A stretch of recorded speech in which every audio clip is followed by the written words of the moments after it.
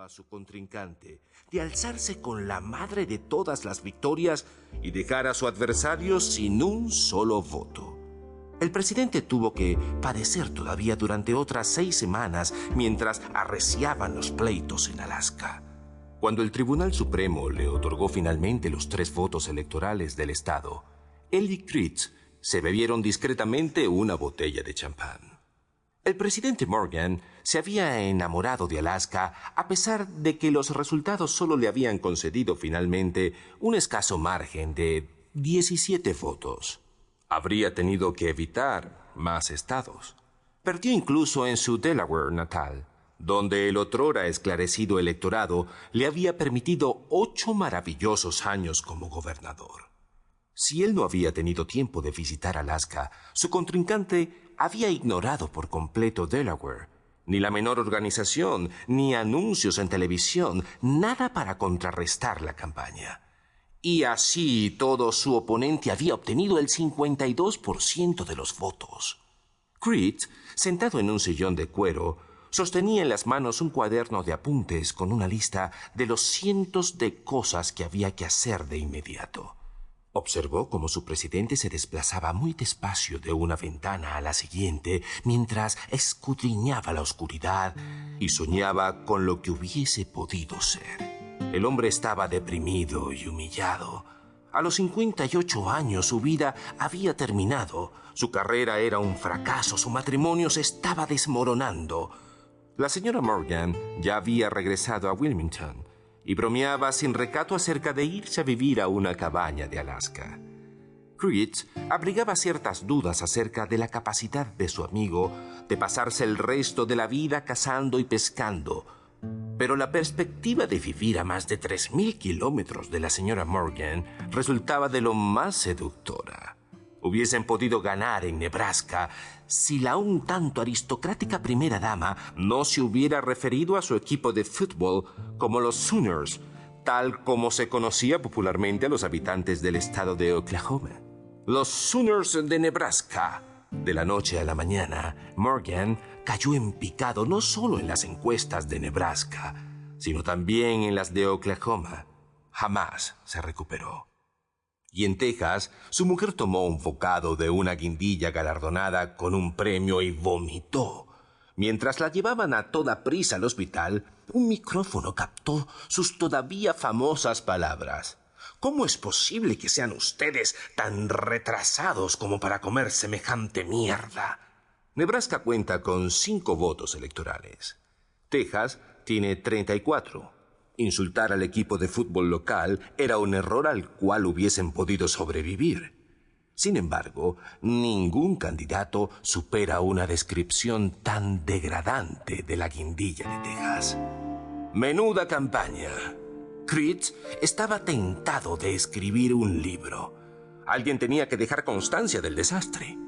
La colaboración de casi 40 años entre ambos estaba a punto de terminar.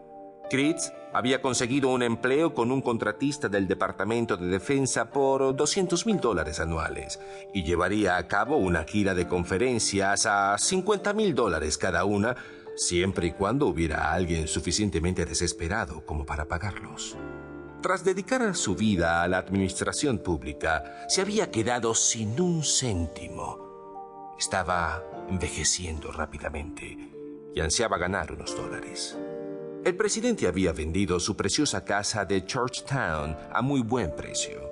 Se había comprado un pequeño rancho en Alaska donde estaba claro que la gente lo admiraba y tenía previsto pasar el resto de sus días allí, cazando, pescando y quizás escribiendo sus memorias.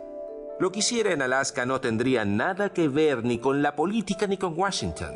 No sería un veterano estadista, la figura decorativa del partido de nadie, la sabia voz de la experiencia. No emprendería ninguna gira de despedida, no pronunciaría discursos en convenciones, no le otorgarían ninguna cátedra de ciencias políticas, no habría ninguna biblioteca presidencial. La gente se había expresado con claridad, de un modo rotundo. Si no lo querían, él, desde luego, podía vivir sin ellos. Tenemos que tomar una decisión sobre Cuchinelo, dijo Creech. El presidente permanecía de pie junto a la ventana, con la mirada perdida en la oscuridad, pensando todavía en Delaware. ¿Quién? Viggy Cuccinello, el director cinematográfico acusado de haber mantenido relaciones sexuales con una joven aspirante a actriz. ¿Cuán joven? De 15 años, creo. Eso es muy joven. Pues sí. Huyó a Argentina, donde ya lleva 10 años. Ahora siente nostalgia, quiere regresar y volver a rodar películas tremendas. Dice que su arte lo está llamando para que regrese a casa. A lo mejor son las chicas jóvenes las que lo están llamando para que regrese a casa. Eso también. 17 años no me molestaría. 15 es demasiado. Su oferta llega a los 5 millones. El presidente se volvió y miró a Critz. ¿Ofrece 5 millones por un indulto? Sí, y hay que decidir con rapidez. El dinero se tiene que sacar por transferencia de Suiza y allí son las 3 de la madrugada. ¿A dónde iría a parar? ¿Tenemos cuentas offshore en paraísos fiscales? Es fácil. ¿Qué haría la prensa?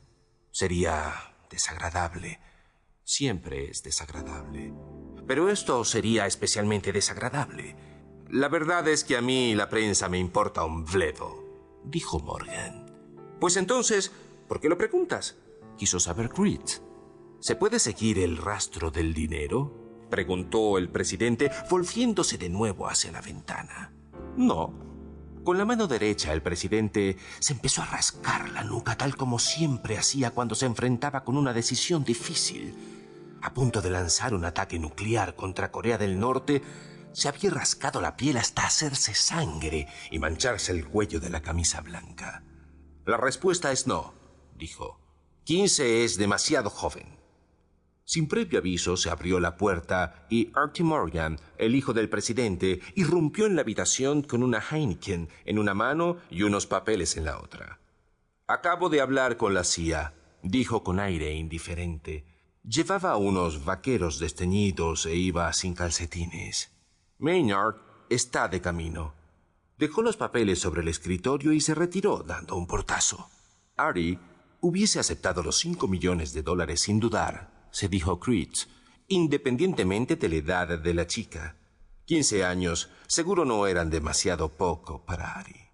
Hubiesen ganado en Kansas si no hubieran sorprendido a Artie en la habitación de un motel de Topeka con 3 animadoras, la mayor de 17 años.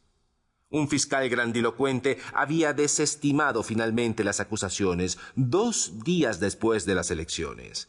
Las chicas firmaron una declaración jurada. No habían mantenido relaciones sexuales con Artie. Estaban a punto de hacerlo y, de hecho, habían faltado segundos para que participaran en toda clase de retosos, pero una de las madres llamó a la puerta de la habitación del motel e impidió la orgía. El presidente se sentó en su mecedora de cuero simulando hojear unos inútiles documentos. ¿Qué es lo último que se sabe sobre Backman?, preguntó. En los 18 años que llevaba como director de la CIA, Teddy Maynard había estado en la Casa Blanca menos de 10 veces, y jamás para cenar. Siempre declinaba la invitación por motivos de salud, y jamás para saludar a un pez gordo extranjero. Era algo que le importaba un carajo. Cuando podía caminar, se pasaba alguna vez por allí para consultas con el presidente de turno, y quizá con alguno que otro de los que elaboraban sus programas políticos. Desde que iba en silla de ruedas, hablaba con la Casa Blanca por teléfono. Nada menos que todo un vicepresidente había sido conducido 2 veces en automóvil a Langley para reunirse con Maynard. La única ventaja de ir en silla de ruedas era que le daba un pretexto para ir o quedarse o hacer lo que le diera la real gana. Nadie quería presionar a un viejo lisiado. Se había pasado casi 50 años trabajando como espía, pero ahora prefería el lujo de mirar directamente a su espalda cuando se desplazaba por ahí. Viajaba en una furgoneta blanca sin identificación, con cristales a prueba de balas, paredes de plomo y 2 chicos armados hasta los dientes sentados detrás del chofer, también armado hasta los dientes. Con su silla de ruedas fijada al suelo en la parte posterior y mirando hacia atrás para que Teddy viera el tráfico que no podía verle a él. Otras 2 furgonetas lo seguían hacia